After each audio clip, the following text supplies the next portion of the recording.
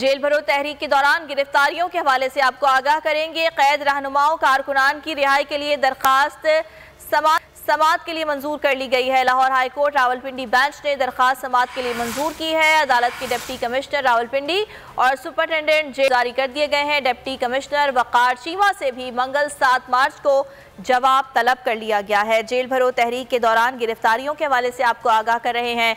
Jail भरो तहरीक को अब खत्म कर दिया गया है और जो गिरफ्तार रहनुमा और कारकुनान है उनकी रिहाई के लिए दरखास्त दायर की गई है। अगर आपको ये वीडियो पसंद आई तो लाइक पर क्लिक करें।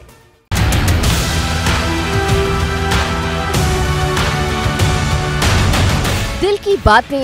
What do you suggest, love or arranged marriages? I don't think one is better necessarily than the other. We don't start with love, we end with love with arranged marriage. अनकही कहानियाँ। What is the reason still in love with Pakistan? I get so much love from Pakistanis, way more than I get here. और दिलचस्प वाकयात। Pakistan and Pakistanis on the world stage. It's inspired by my 10 years of living in Pakistan. जमाइमा Khan का खुसूसी interview आज शाम 4 बजे सिर्फ बोल news पर। Subscribe करें और बेल दबाएं ताकि कोई खबर रह न जाए।